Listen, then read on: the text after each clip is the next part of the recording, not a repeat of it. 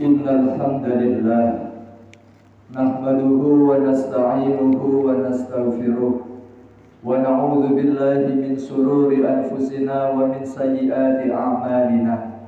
May yahdihillahu fala mudilla lahu wa may yudlilhu fala hadiya lahu. Ashhadu an la ilaha illallah wahdahu la syarika lahu wa ashhadu anna sayyidana Muhammadan abduhu wa rasuluhu la nabiyya ba'dah. Allahumma salli wa sallim ala sayyidina Muhammad wa ala alihi wa ashabihi wa ummatihi ila yaumil qiyamah, amma ba'du. Fa ya ayyuhal muslimun, usi nafsi wa iyyakum bi taqwallah azza wa jalla, faqad fazal muttaqun. Qala Allah ta'ala fi kitabihil karim, a'udzu billahi minasy syaithanir rajim. Ya ayyuhalladzina amanu taqullaha wa qulu qawlan sadida yuslih lakum a'malakum wa yaghfir lakum dhunubakum wa may yuti'illaha wa rasulahu faqad faza fawzan 'azima. Shadaqallahu maulana al-'azim. Ma'asyiral muslimin, sidang jamaah salat Jumat yang sama-sama mengharap ridha Allah. Puji syukur alhamdulillah senantiasa kita haturkan kehadirat Allah yang atas rahmat dan berbagai macam nikmat yang Allah berikan kepada kita, sehingga pada siang hari ini kita masih bisa melangkahkan kaki kita bersama menuju masjid tercinta kita bersama guna melaksanakan kewajiban kita bersama, yaitu ibadah sholat Jumat. Salawat serta salamnya semoga abadi tercurah ruah keharibaan baginda Nabi besar, Nabi agung, Nabi akhiruz zaman, Nabi Muhammad sallallahu alaihi wasallam, yang semoga kita semua kelak mendapat syafaat beliau di hari kiamat. Amin ya rabbal alamin. Tidak lupa pula dari mimbar yang mulia ini khatib mengingatkan, marilah bersama kita senantiasa meningkatkan kualitas ketakwaan kita kepada Allah.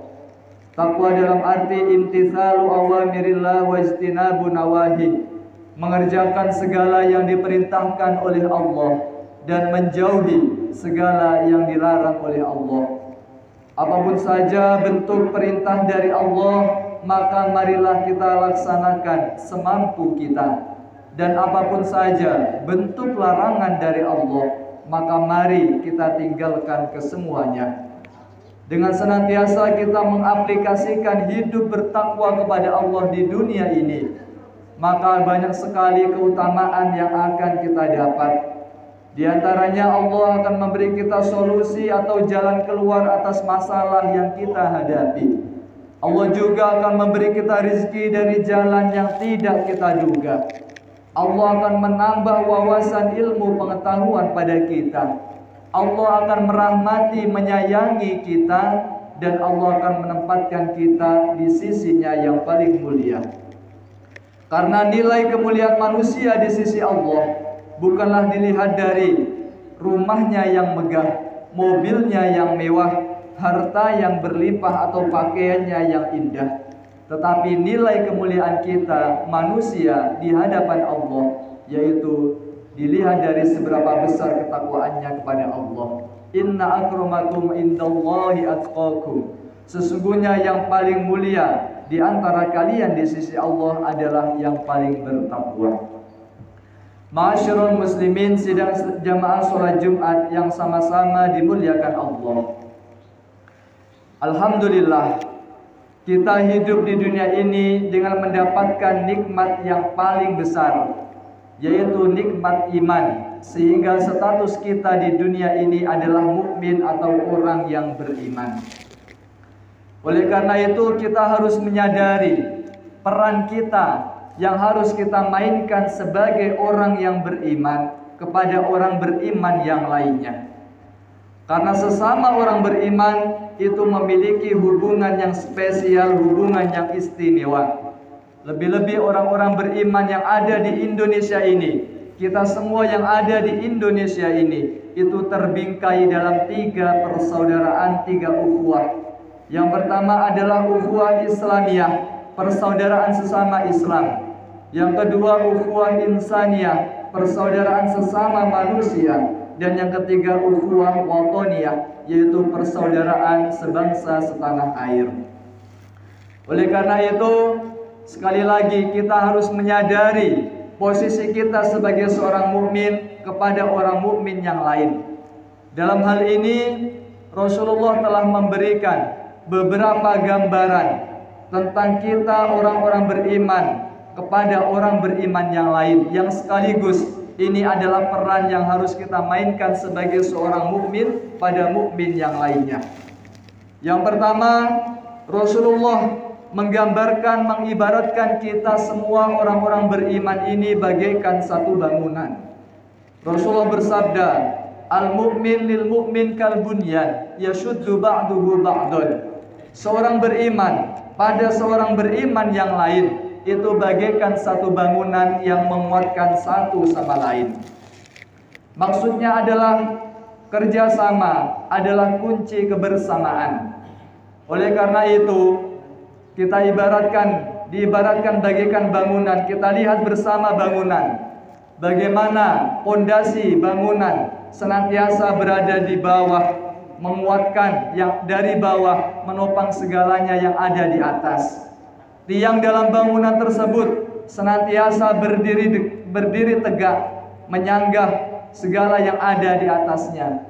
Atap pun demikian, senantiasa setia berada di atas, menaungi yang ada di bawahnya dari terik matahari maupun hujan yang deras. Begitupun orang-orang beriman ini, kita harus melihat diri kita masing-masing, status sosial kita sebagai apa, dan disitulah kita berperan untuk agama Islam dan untuk orang-orang Islam, orang-orang mukmin yang lainnya. Kita yang ketepatan sebagai ulama, maka kita berperan dengan ilmu dan dakwah kita. Kita yang sebagian berperan sebagai pemimpin, maka dengan keadilan dan kebijakan-kebijakan kita. Kita yang Allah takdirkan menjadi orang kaya, kita berperan dalam Islam dengan harta dan sedekah-sedekah kita. Kita yang sebagai TNI dan Polri dengan kekuatan-kekuatan kita. Orang-orang beriman yang miskin dengan doa-doa mereka. Ketika kita semua sudah menyadari status kita dan kita berperan dengan baik pada status kita tersebut untuk Islam dan orang-orang Islam, orang-orang beriman yang lainnya, maka dengan demikian insya Allah agama Islam akan menjadi semakin kuat, akan disegani oleh yang lainnya. Ma'asyiral muslimin sidang jamaah Jumat yang dimuliakan Allah. Kemudian dalam hadis lain Rasulullah menggambarkan, mengibaratkan kita orang-orang beriman bagaikan cermin. Rasulullah bersabda, "Al-mu'min mir'atu akhihi, idza ra'a fiha 'aiban aslahahu." Seorang beriman adalah cermin bagi saudaranya. Ketika ia melihat suatu aib, suatu kekurangan pada cermin tersebut, maka ialah yang memperbaikinya. Ibarat kita bercermin, maka apa yang sudah sempurna dari kita, apa yang sudah baik dari kita, kita tetapkan, kita pertahankan. Tetapi jikalau ada yang masih kurang dari kita, masih perlu diperbaiki dari kita, maka kita memperbaiki diri kita setelah kita melihat cermin tersebut. Begitulah kita kepada orang-orang mukmin yang lainnya. Jikalau ada orang mukmin yang lain sudah baik dari segi berhubungan sosial maupun ibadahnya, maka marilah kita jadikan ia sebagai contoh, sebagai panutan bagi kita. Tetapi sebaliknya, jika ada orang beriman yang lain masih banyak kekurangan, masih punya aib, dia masih kurang dalam ibadahnya, akhlaknya, sifatnya masih buruk kepada sesama manusia, maka kita sebagai orang beriman haruslah memperbaikinya, menasehatinya dengan nasihat-nasihat yang baik, supaya ia tidak lagi melakukan hal-hal yang kurang darinya, tidak malah kita mempublikasikan aibnya, menyebarluaskan aibnya. Ma'asyiral muslimin rahimakumullah. Kemudian juga dalam hadis lain Rasulullah mengibaratkan kita orang-orang beriman bagaikan satu tubuh. Rasulullah bersabda, "Matsalul mu'minina fi tawaddihim wa tarahumihim wa ta'atufihim matsalul jasad. Idza ishtaka minhu udwun tada'a sairul jasad bis-sahar wal humma." Perumpamaan orang-orang beriman dalam mereka saling mencintai, mengasihi dan menyayangi itu bagaikan satu tubuh. Ketika ada satu anggota tubuh sakit, maka anggota tubuh yang lain ikut merasakannya. Anggota tubuh yang lain akan merasakan demam dan tidak bisa tidur atau terjaga.